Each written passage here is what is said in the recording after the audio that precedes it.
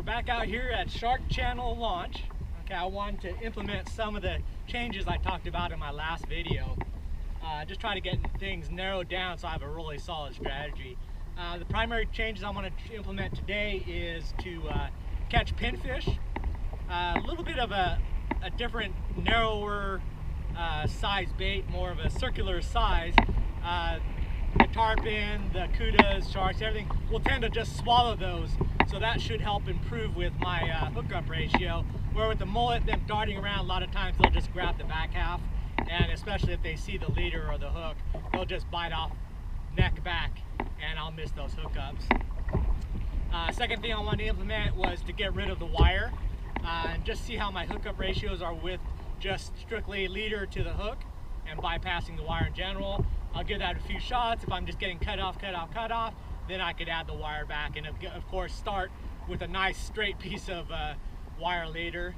And then of course I want to switch to some lighter mono.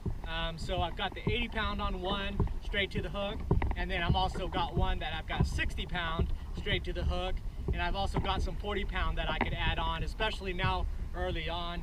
It's a little after 6. I got here around 6 o'clock. Gives me about 2 hours to catch bait, fool around in that regards, and then right when that sun sets, that's when the bite is on. So that is the plan for today. I'm using my standard Carolina rig, just a little egg sinker to a swivel, which is the stop. A little less than a foot.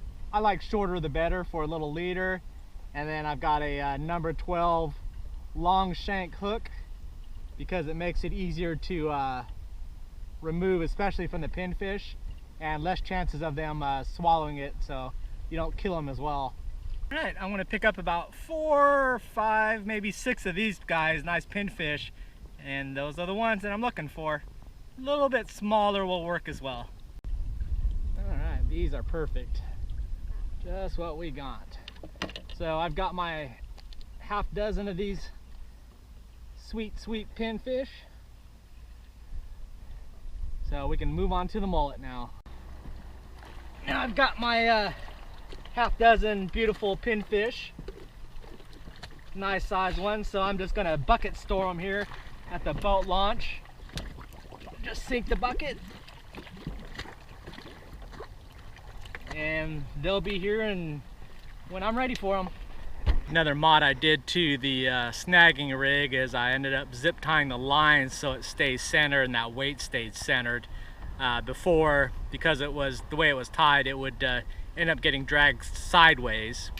Although I caught them on that bottom one regardless, the main one is the top one is the best snagger, and the second one probably the sack, and then but I did catch a couple of them on the bottom one, so it all matters. We are the snag masters. Come on, baby. Looking like the top hook. Yep, top hook is the one.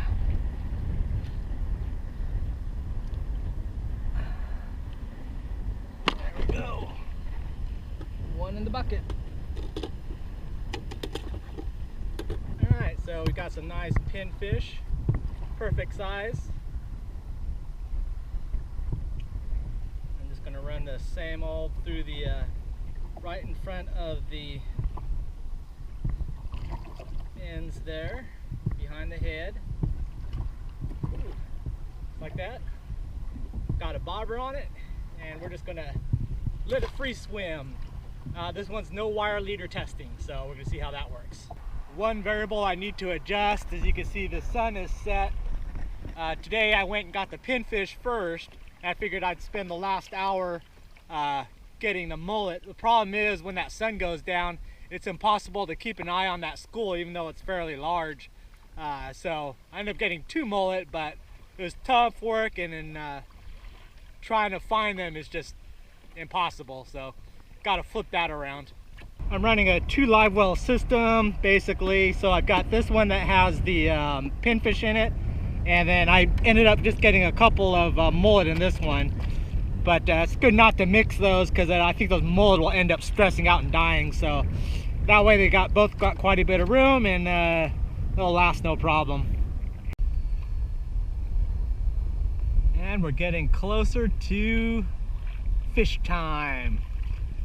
So I didn't put out a lot of baits. I just got the one, just kind of sitting out there just so I'm fishing while I'm waiting. But the last time I was out, I went through probably half a dozen baits in half an hour, so it goes quick. So no need to waste any baits at the moment. So pretty close to the time. I don't know if you can see it, but you can kind of see a line of nervous water. That's the mullet taking off from this section and heading out to, I'm assuming, to the channel and then the Atlantic side or the mangroves, and that's where they're going to hide out during the nighttime, do some feeding out there, and then come back in here during the daytime when it's more sheltered and apparently it's more safe for them. So we'll see. Oh! I had the drag set on freaking lockdown. Son of a bitch. Alright, so that was a really nice tarpon there. Perfect when I thought they'd hit. Things that really pissed me off is that shit. Okay, I had that damn drag locked down because I was at the freaking reef last time and bottom fishing, so I locked down the damn drag and I didn't think about it while I'm over here and I need a light drag, so freaking just snapped my 65-pound braid because it was freaking locked down. Son of a... stupid. Well, I'm rigged back up, sticking with the 80-pound 7-ounce circle, no wire, and I'm at a anger level of a 9 still. Just stupid stuff like that. All that work for nothing. Now something picked it up and let it go. So to wrap things up, I'm a big fat idiot. About top of the line tier, pissing myself off. Everything was right. Got the bait set up correctly, got my pinfish, bucketed up, even picked up a couple of mullet with the snagging, worked out fine. Got set up, waited for the right time period, got the baits out when I should have, got off anchor, started trolling a bit as soon as that sun went down and I saw those mullet start taking off, so I followed right along behind them and I got my hookup, full-size tarpon, late season tarpon. Idiot. Okay, my number one rule is you got to make sure all your crap is prepared. Because I went to the reef and then used that reel setup for a bottom rig, I had that drag locked all the way down, and then that tarpon grabbed it, it started running, I let it run for a while, engaged it, and then boom, I knew, uh-oh, I screwed up because there was just nothing. It just barely ripped off any drag. It was jumping, so I was extended out trying to bow to it to give it whatever I could. Survived the first initial jumps, then it doubled back and then it created some slack.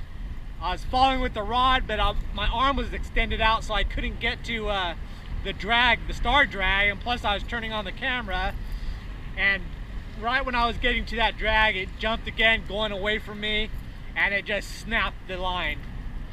The hook set was solid as can be because it jumped 4 times and it didn't come off. The 80-pound mono was right, it didn't snap. It was the 65-pound braid, which was the weak link, and that snapped it because there was just no flex. It was the tarpon jumping, that direct line, and then me with my arm extended pointing at the fish, and it was locked down drag, and it just snapped that 65-pound. So, idiot. So the only thing that's going to save the night is I'm going to try to find the neighbor's cat, kick the shit out of it, and then call it a night. So anyways, that's another one. So thanks for watching, and see you next video. Bye.